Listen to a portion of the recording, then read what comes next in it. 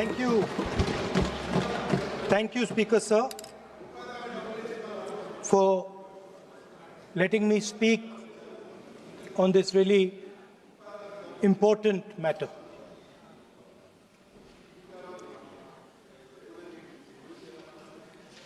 Speaker, sir, have you ever wondered why Mahatma Gandhi laid such emphasis on khadi? Why was it that he framed the entire Indian freedom struggle around the concept of khadi? And why is it that he only wore khadi? Because khadi is not just a cloth. Khadi is the expression of the people of India. It is the imagination, it is the sentiment, it is the productive force of the people of Aaj pehnaun khadi. It is the expression of the people of India. Speaker, sir, whichever state you go to, you will find different fabrics. There's the Himachali cap, Assamese gamcha, Banarsi sari, Kanchipuram sari, Naga jacket, and you will find that all these fabrics represent the people. When the people of Assam give you the gamcha, they're not just giving you a piece of cloth. They're giving you an expression. They're giving you a piece of their history, their tradition, their future, their imagination.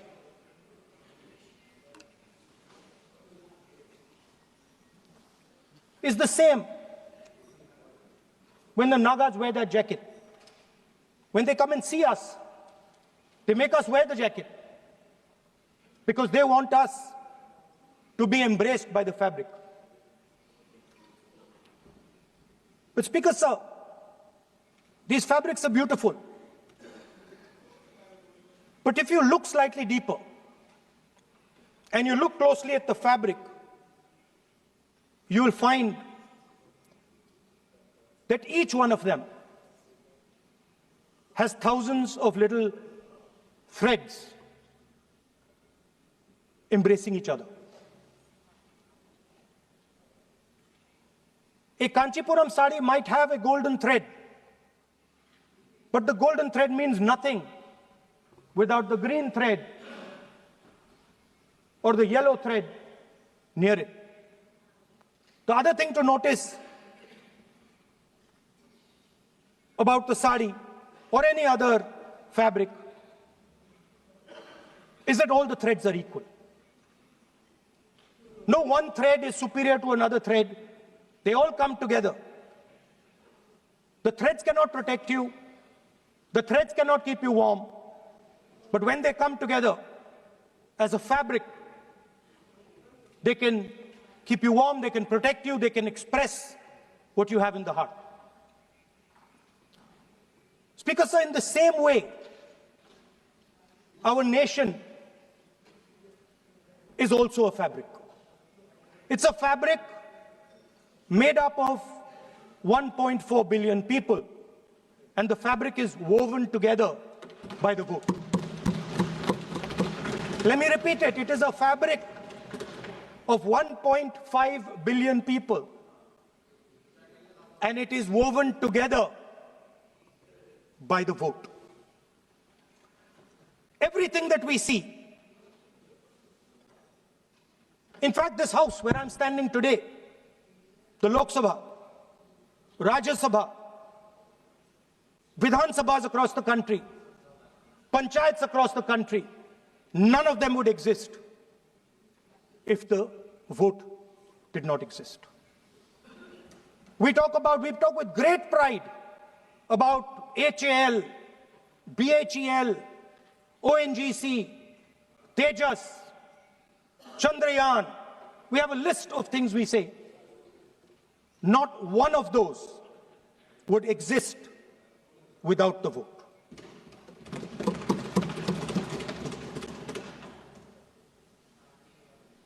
Speaker, sir,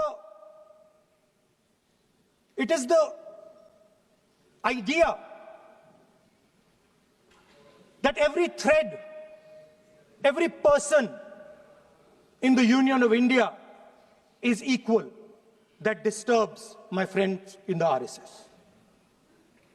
They are happy to see the fabric, but they cannot stand the idea that every single person in the fabric of our country, regardless of what religion they come from, regardless of what community they come from, regardless of what language they speak, should be equal. Because they fundamentally do not believe in equality. They believe in a hierarchy, and they believe that they should be on top of that hierarchy. Speaker, sir, on the 30th of January, 1948, 3 bullets pierced the chest of Mahatma Gandhi. Nathuram Godse assassinated the father of our nation. Today, our friends do not embrace him. Today, our friends have pushed him away. He's an uncomfortable truth. But that's not where the project ended. You see, as I said, everything has emerged from the vote. All the institutions have emerged from the vote. So it's obvious that the RSS has to capture all the institutions that have emerged from the vote. So the project, after Gandhiji's assassination, the next step of the project was the wholesale capture of India's institutional framework.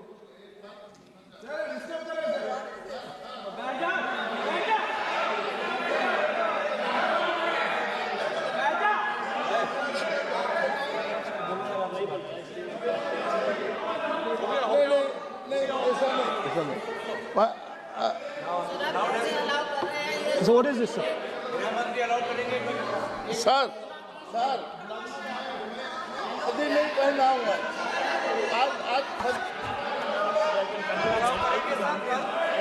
I'm doing, relax. मैं बुलाता हूँ please बैठिए So, please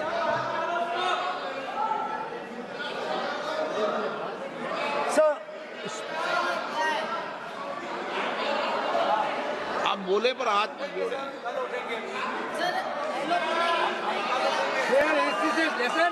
sir, these are uncomfortable truths, but they have to be spoken.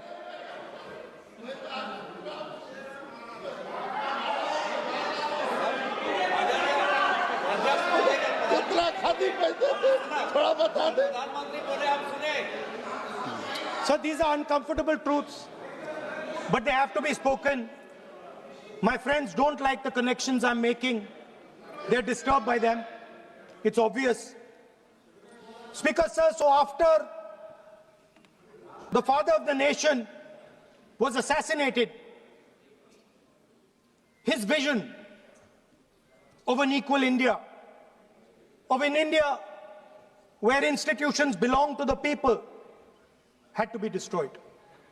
And so the process started, and the RSS attempted to capture one institution after the other. And I will give some examples so that it is crystal clear that this is the case. Everybody knows how vice chancellors are placed on top of Indian universities today. Every single person knows this.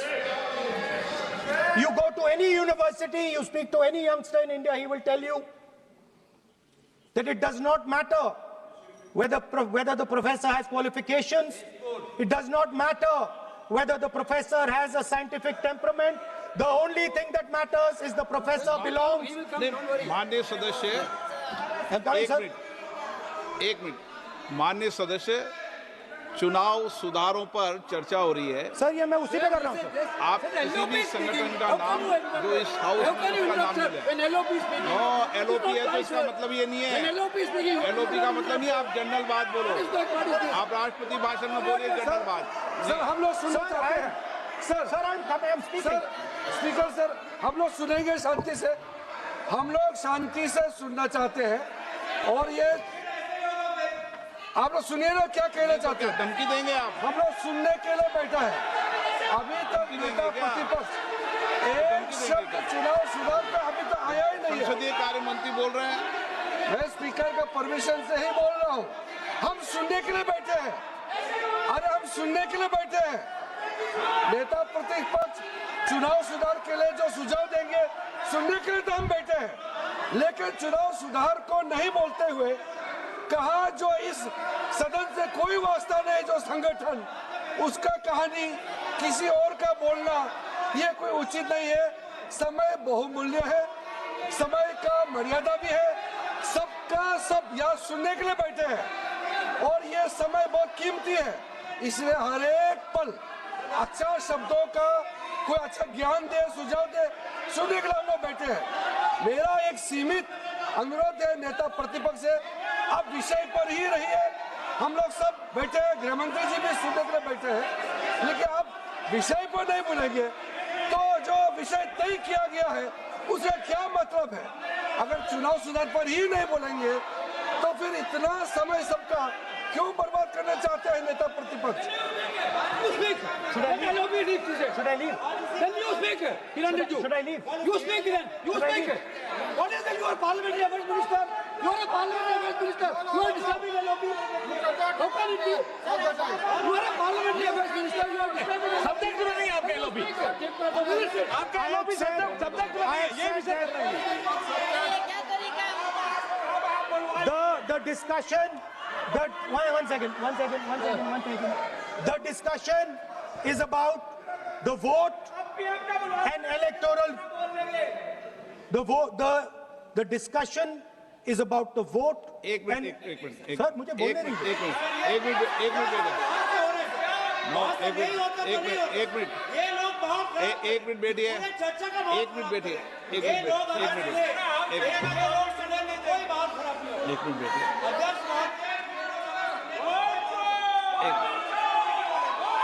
Minute एक minute बैठिए।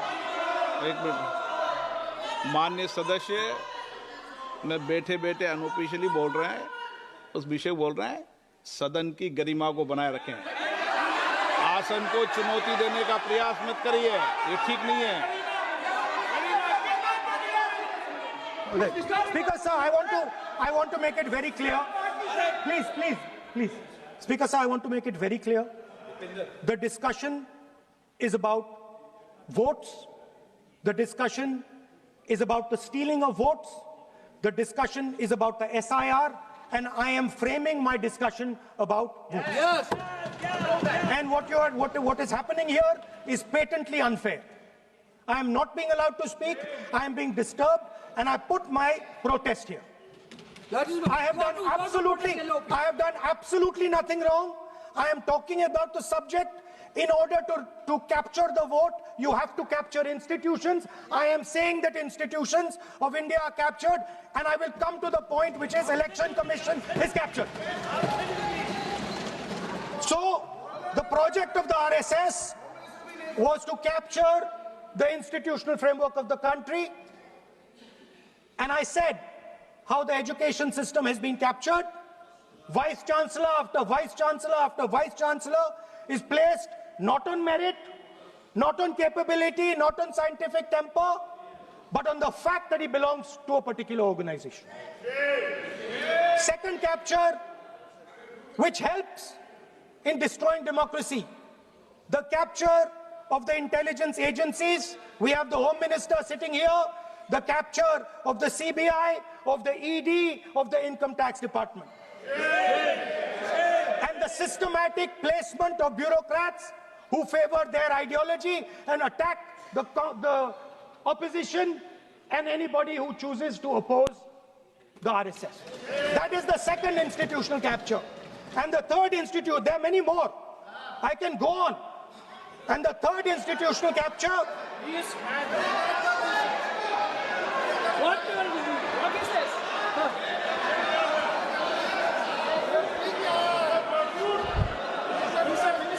मानिए please मानिए. Yes, become Sonai.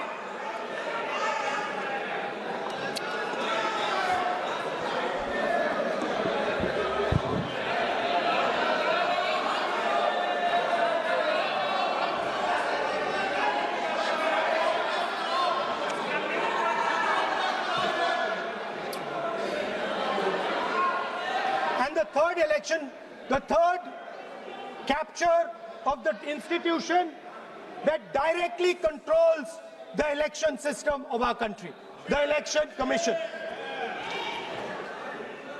Now, I'm not saying this without proof. I have put forth adequate proof about how the Election Commission is colluding with those in power to shape the elections.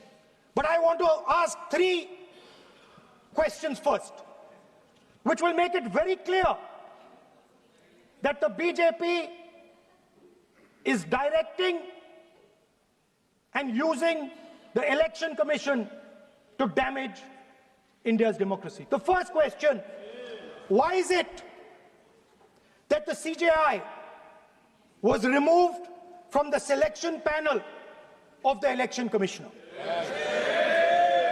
What motivation could there be to remove the CJI? Do we not believe in the CJI? Of course we believe in the CJI. Why is he not in that room? I sit in that room. It is so-called a democratic decision. On one side, Prime Minister Narendra Modi and Mr. Amit Shah. On the other side, the leader of the opposition. I have no voice in that room. What they decide is what happens. So the first question, why is the Prime Minister and Amit Shah so keen on choosing exactly who the Election Commissioner is going to be? Second question, and even more devastating question, no Prime Minister has done this in the history of India. In December 2023, this government changed the law. They changed the law to make sure that no election commissioner could be punished for any action they take while they are election commissioner. Yes. Immunity. Why would the Prime Minister and Home Minister give this gift of immunity to the election commissioner? Why would they need to give this tremendous gift that no Prime Minister has given ever before to the election commissioner? Yes. Mr. Shah is looking into the ceiling. Maybe he will answer this question when he speaks. And finally, why was the law with regards to CCTVs and the data that they contain changed? Why was a law put in place that allows the Election Commission to destroy CCTV footage 45 days after the election? What is the need? The answer given is it is a question of data. It is not a question of data. It is a question of stealing the election. Yes. Now, what is the result of this institutional capture? What is the result of controlling the Chief Election Commissioner and the Election Commission? First of all, we have a set of election campaigns that are tailored for the Prime Minister. 3-month, 4-month, 5-month long campaigns are taking place so that the Prime Minister's schedule can be fitted in to the program. Second, we have a Brazilian woman who appears 22 times on the voter list of Haryana. Please. No. 22 times this lady appears. एक minute please एक minute. आप नेता प्रतिपक्ष है, मैं इस तरीके से सदन की कार्रवाई नहीं चलने दूंगा। ये सदन है, सदन की गरिमा को बनाए रखें। आप सदन की गरिमा से बोलेंगे तो ठीक नहीं, जैसे सदन नहीं चलेगा। नो, गलत तरीका है आपका, नहीं होगा। आप ले रहिए, आप ले रहिए। नहीं, माननीय प्रतिपक्ष के नेता, आप पहले अपने सदस्यों को समझाइए। नहीं चलेगा, नहीं, ठीक नहीं है। नो, नहीं, बिल्कुल नहीं चलेगा। अगर आप सर माननीय प्रतिपक्ष के नेता, आप अपने सदस्यों को गरिमा समझाइए। सर, बट ये तरीका आप इतने सालों तक यहाँ पर हैं, ये तरीका उचित है क्या? सर, विरोध का तरीका होता है, लेकिन ये उचित तरीका नहीं है। तरीका इधर पे नो, उधर का तरीका क्या है सर? नो, सबका तरीका उधर से होगा, उधर से भी बोलेंगे, इधर से बोलेंगे, सब जगह से बोलेंगे। Speaker sir, I don't agree with the showing of photographs here, but it is a reflection of our democratic structure. This is what is happening in our democracy, that you're not allowing us to show. This Brazilian woman has appeared 22 times on the voter list in Haryana. And not only that, there is one woman whose name has appeared 200 times, more than 200 times in one booth in Haryana. And it is very clear, and I have proven without doubt, that the election of Haryana was stolen. And the theft was ensured by the Election Commission of India. I've said it again and again and again. Now, nowhere has the Election Commission answered my questions. The Election Commission has not told me why this lady's picture has appeared on the polling list. They have not told me why lakhs and lakhs of duplicate voters are existing. They have not told me why a BJP leader is coming from Uttar Pradesh to vote in Haryana. These are straightforward questions. And there is clear proof which I have put in front of the country. Right? But the Election Commission has no answer to these questions. And that is the result of the complete capture of the Election Commission by the people across the aisle. By the way, you're talking about SIR in Bihar. Let me say something about SIR in Bihar. Why is it that after the SIR in Bihar, 1.2 lakh duplicate photos are existing in Bihar, in the voting list? If you've cleaned up the voting list, why are there 1.2 lakh duplicates in Bihar? And we've not just proven this about Haryana. We have proven this in Karnataka, we have proven this in Maharashtra, and I'm absolutely certain this is how you're winning elections in Madhya Pradesh, in Uttar Pradesh, in Bihar, across the country. Now, so what I'm putting on the table is, it is very clear that you've captured the institution. I've shown the mechanism of that capture. I'm also showing you how the Election Commission is doing things that are completely out of line. I'm not getting any answers.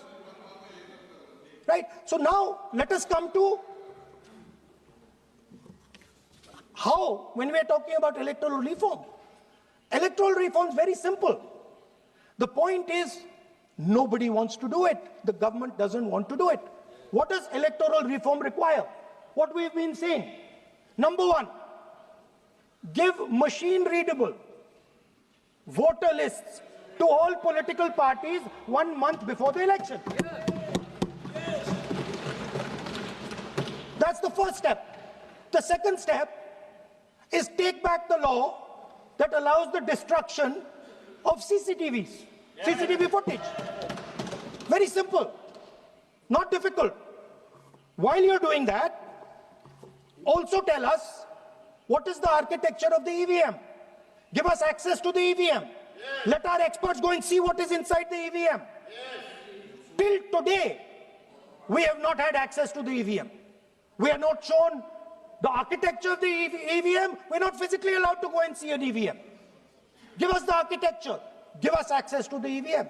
And finally, please change the law that allows the election commissioner to get away with whatever he wants to do. That's all the electoral reforms you need.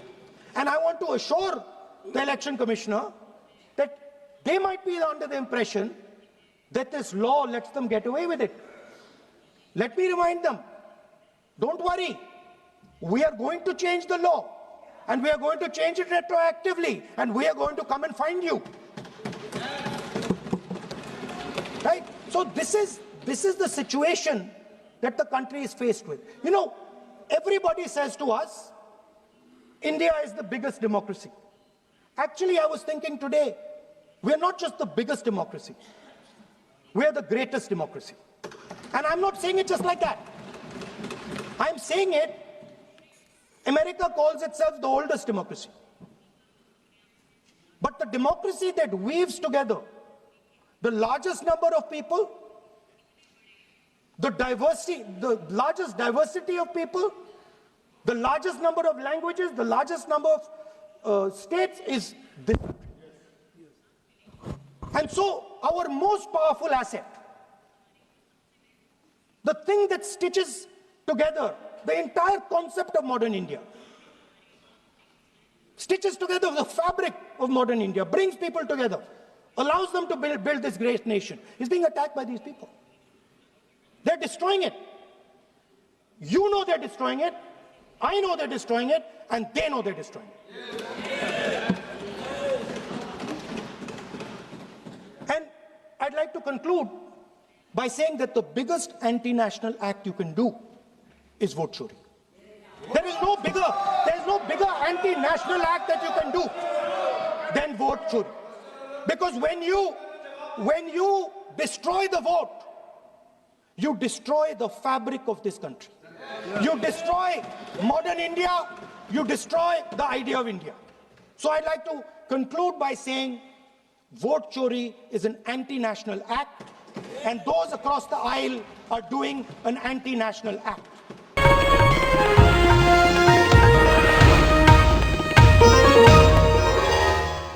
Copyright disclaimer under Section 107 of the Copyright Act 1976. Allowance is made for fair use for purposes such as criticism, comment, news reporting, scholarship, and research. Fair use is a use permitted by copyright statute that might otherwise be infringing.